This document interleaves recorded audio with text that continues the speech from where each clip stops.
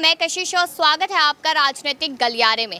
आज यहाँ पर हम बात करने आए उद्धव ठाकरे को लेकर। जी हाँ, एक बड़ी खबर सबसे पहले आपको बता देते हैं कि उद्धव ठाकरे को बैक टू बैक अब धमकियां मिलनी शुरू हो गई है। जहाँ बात पहले उनकी गिरफ्तारी को लेकर सामने आई थी, अब वहाँ पर बात आ गई है कि उनकी जान को भी खतरा हो सकता है। और उसके साथ साथ अब महाराष्ट्र का क्या हाल होगा वो तो आप समझ ही सकते हैं।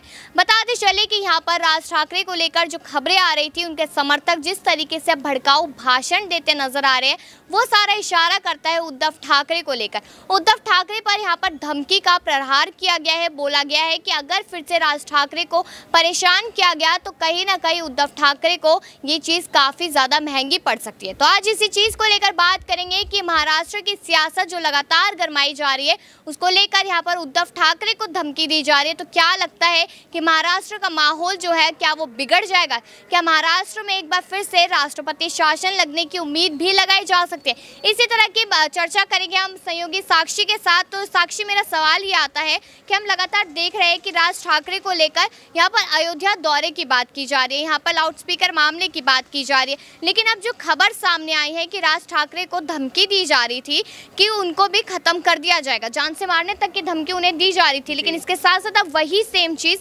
उद्धव ठाकरे के साथ की जा रही है। उद्धव ठाकरे को यहाँ पर राज ठाकरे की पार्टी के लोग धमकी देते नजर आ रहे। तो क्या लगता है कि धमकी वाला जो चल रहा है क्या इसी तरीके से चलता रहेगा? क्योंकि एक सीएम को जान से मार देने की धमकी या खत्म करने की धमकी देना बहुत बड़ी बात होती है। बिल्कुल, बहुत बड़ी बात होती है जब किसी मुख्यमंत्री पर जान से मारने की धमकी हो या ऐसी चीज़ें आते हैं, ऐसे आरोप आते हैं। लेकिन आपको मैं बताऊं, देखिए, कोई अगर ऐसे पद पे होता है, स्पेशली राजनीति में, चाहे वो मुख्यमंत्री हो चाहे वो प्रधानमंत्री हो, हर बार ऐसा होता है कि उनको लेकर, क्योंकि जब भी उनके कोई निर्णय आते हैं वो कभी किसी के हित में होते हैं तो कभी किसी के अगेंस्ट में होते हैं। तो इस तरह के डेथ थ्रेट्स आने थोड़ी सी तो आम बात है, लेकिन अब जिस तरह से बैक टू बैक आ रहे हैं वो थोड़ी सी एक डरने वाली बात हो जाती है। क्योंकि पहले राज ठाकरे पर आ रहे थे, फिर उद्धव ठाकरे पर आ रहे थे, अब उद्धव ठाकरे को लेकर थोड़ा सा ये भी चीज़ें हैं, क्योंकि जिस तरह से महाराष्ट्र का जो सियासी माहौल चल रहा है वो बहुत ही ज़्यादा गरमा रहा है, एक दूसरे पर मारने के लिए उतर पड़े हैं। और ऐसा नहीं है कि उनको धमकी कोई बाहर से मिल रही है, उनको धमकी जो है वो उन्हीं के यहाँ से, उन्हीं के महाराष्ट्र से मिल रही है, अपनों से ही मिल रही है। तो अपनों में ही इस तरह के कंपटीशन हो रहे हैं। क्योंकि जब राज ठाकरे पर धमकी आ रही थी तो ये बात सामने आ रही थी कि उद्धव ठाकरे की जो सरकार है उस तरफ से मुझे आरोप आ रहे हैं, उस तरफ से मेरे ऊपर इस तरह की धमकी आ रही हैं, उर्दू में लेटर लिख कर आ रहे हैं। तो ये चीज़ें सामने आ रही थी, लेकिन अब उद्धव ठाकरे को लेकर आ रही है तो वही ना आरोप किसके पास जाएगा? सीधा राज ठाकरे के यहाँ पर जाएगा।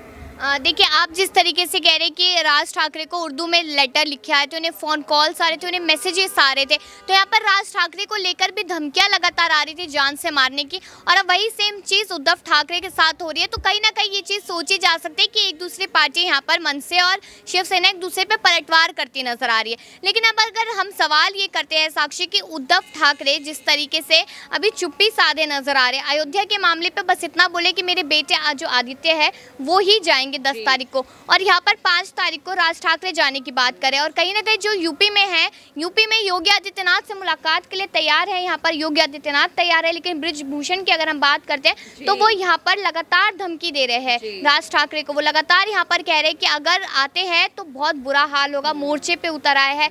तो क्या आपको ये चीज़ समझ में आ रही है साक्षी कि यहाँ पर योगी आदित्यनाथ तो रेडी है, लेकिन उनके जो सांसद है वो आखिरकार क्यों रेडी नहीं हो रहे? बिल्कुल, देखिए, पहले तो मैं आपको बता दूं कि बीजेपी के सांसद आपसी में ही इन चीज़ों को लेकर या राज ठाकरे के मुद्दे को लेकर ज़बरदस्त लड़ाई कर रहे हैं। देखने को मिला जब राज ठाकरे के अयोध्या जाने की, अयोध्या दौरे की बात आई तो दोनों सांसद के बीच में इस चीज़ को लेकर भिड़ंत हो रही थी कि एक ने बोला, एक सांसद ने, कि हाँ आप जा सकते हैं, आप अयोध्या होकर आइए, आप दौरा कीजिए। वहीं ब्रिजभूषण सांसद कहते हैं कि आप नहीं जा सकते और आप जाकर दिखाइए। वो आपसी में ही, बीजेपी के आपसी में ही ये चीज़ें होने लगी हैं। तो इस तरह से जब चीज़ें उठ रही हैं तो कहीं ना कहीं जो इसका पूरा जो भी चीज़ें हो रही हैं इसको लेकर पूरा जो निशाना है वो उन्हीं के मुख्यमंत्री पर जाएगा, ना बीजेपी के मुख्यमंत्री पर जाएगा। कहीं ना कहीं जब ऐसी कोई चीज़ें होती हैं तो पूरा निशाना मुख्यमंत्री पर जाता है कि आप सपोर्ट किसको करना चाहते हैं, आप सपोर्ट क्या कर रहे हैं।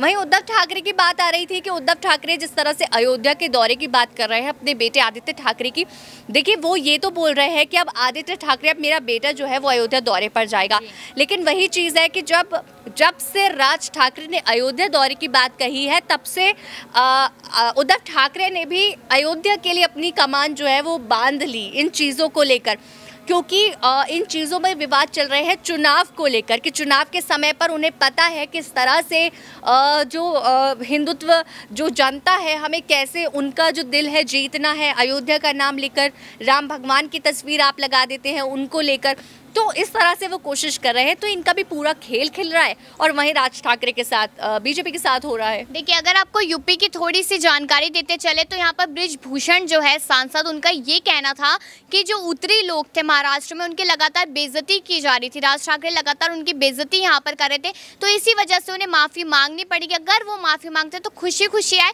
वरना वो ना ही आए तो ही बेहतर है। वहीं पर जिस तरह से साक्षी ने बात की कि एक और नेता थे, तो मैं उन नेता का नाम बता दूं, यहाँ पर लल्लू सिंह जी थे।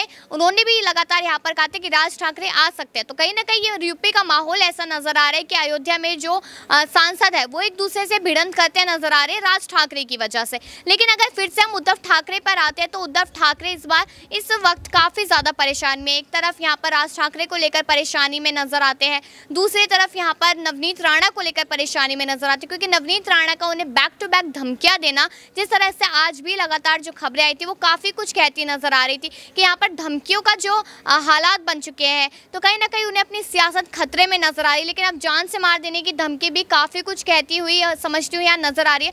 तो साक्षी, सवाल ये उठता है कि राज ठाकरे की सियासत खतरे में है या फिर वो खुद खतरे में है। यहाँ पर नवनीत राणा का प्रहार, हम जिस तरीके से वो बैक टू बैक यहाँ चुनौतियाँ धमकियाँ दे रही है, वो भी कुछ बहुत कुछ कहती नजर आती है। दूसरी तरफ राज ठाकरे के जो समर्थन है वो पूरी तरीके से उद्धव ठाकरे पर निशाना साधते नजर आ रहे। तो कहीं ना कहीं यहाँ उद्धव ठाकरे की सियासत जो पद है वो खतरे में या उनकी जान खतरे में है? देखिए, सियासत और पद तो खतरे में हो रहा है कहीं ना कहीं, लेकिन राज ठाकरे की जान की अगर हम बात करें तो वो जिस तरह से डेथ थ्रेट्स आ रहे हैं, अगर वो अपने बयानों को कम नहीं करते, संभालते नहीं हैं, तो जान तो नहीं पर हाँ कुछ अनहोनी हो सकती है। क्योंकि मंत्रियों के साथ कहीं ना कहीं ये चीज़ें होती हैं, नेता जब इस तरह का बयान देते हैं कुछ नहीं पता लगता, आप थोड़ा सा घर से बाहर निकले, किस वक्त क्या हो जाए, कैसी दुर्घटना हो जाए, तो वो चीज़ें खतरे में है। अगर वो धमकी दी गई है तो वो हो सकता है, लेकिन उन्हें इसके लिए अपने बयान को थोड़ा कम करना चाहिए जिस तरह के बयान वो देते हैं। यहाँ पर एक सवाल आपसे पूछ लेते हैं नवनीत राणा को लेकर, ये आखिरी सवाल रहेगा साक्षी मेरा, कि नवनीत राणा की जो फोटो MRI वाली जो वायरल हुई थी, उसके लिए लेटेस्ट अपडेट्स खबर ये सामने आई थी कि यहाँ पर नवनीत राणा जो है वो खुद अपनी फ़ोटोज़ खिंचवाती आई थी और FIR दर्ज करा दी गई।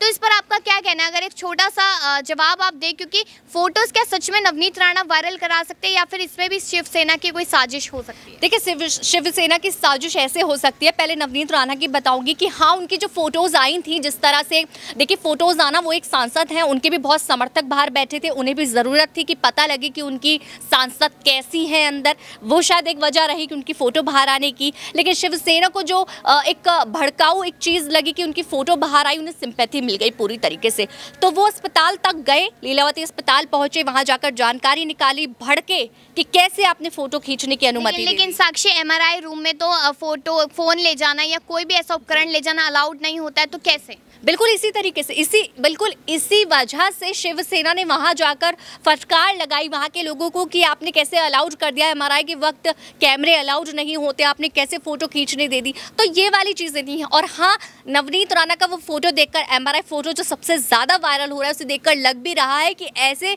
कोई कैसे फ़ोटो उस वक्त कैसे कोई फ़ोटो दिलवा सकता है, क्योंकि एक सांसद है, उनकी मर्ज़ी के बिना फ़ोटो तो खींचा नहीं होगा। ऑब्वियसली पहले वो परमिशन वहाँ से मिली होगी, तभी वो फ़ोटो खींचा होगा और वो सामने आया होगा। शुक्रिया साक्षी, आपने हमारे तमाम सवालों का यहाँ पर जवाब दिया है। आखिरी में आपको यही कहना चाहेंगे कि नवनीत राणा की जो यहाँ पर तस्वीरें वायरल हो रही है, उसको देखते हुए यहाँ पर कहा जा सकता है कि कहीं ना कहीं इसकी जांच पड़ताल ज़रूर की जाएगी, और जिस तरीके से उद्धव ठाकरे को धमकी आ रही है, इसका भी पुलिस लगातार जाँच करेगी कि आखिरकार उन्हें इस तरह की धमकी कौन दे रहा है। तो ये देखना लाजमी रहेगा। मिलते हैं फिर इसी समय पर, देखते रहिए राजनीतिक गलियारा। नमस्कार।